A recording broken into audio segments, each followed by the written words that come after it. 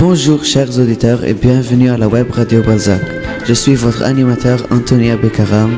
Nous sommes l'équipe des beaux parleurs et le titre de cette émission est « Bouger c'est la santé ». En premier, on a Karim qui nous présentera un sport à la mode. Ensuite, nous serons avec Aya qui nous présentera 4 conseils à avoir un corps sain. Et enfin, on a une interview avec Joss et Monsieur Jago, un professeur de sport à Balzac.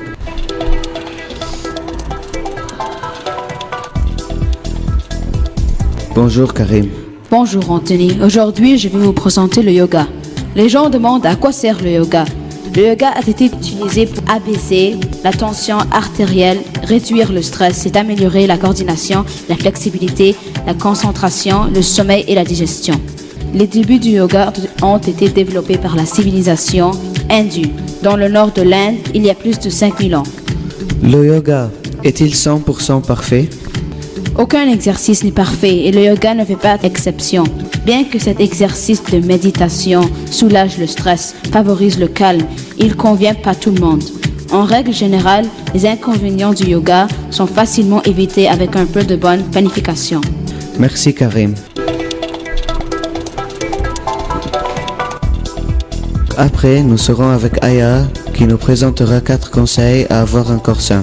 Bonjour Aya. Bonjour, voici nos conseils pour avoir un corps sain. 1. Manger équilibré et sainement. Le sacro-saint, manger 5 fruits et légumes par jour, est une règle que vous avez sûrement dû entendre des dizaines et des dizaines de fois. Ces fruits et légumes ont un rôle protecteur dans la prévention de maladies qui peuvent apparaître à l'âge comme le cancer. 2. Pratiquer une activité physique régulière est primordial pour votre santé et ce, à tous les âges.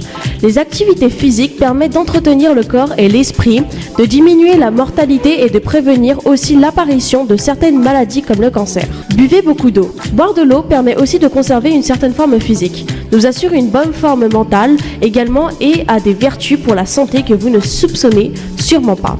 Les médecins recommandent de boire entre 1,5 et 2 litres d'eau par jour pour une personne adulte. 4. Dormez suffisamment.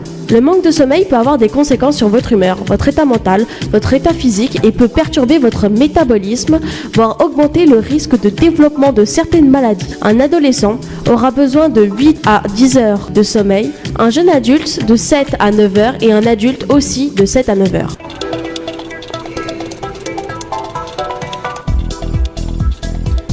Enfin, on a une interview sur comment rester en forme avec Joss et Monsieur Jago, un professeur de sport à Balzac.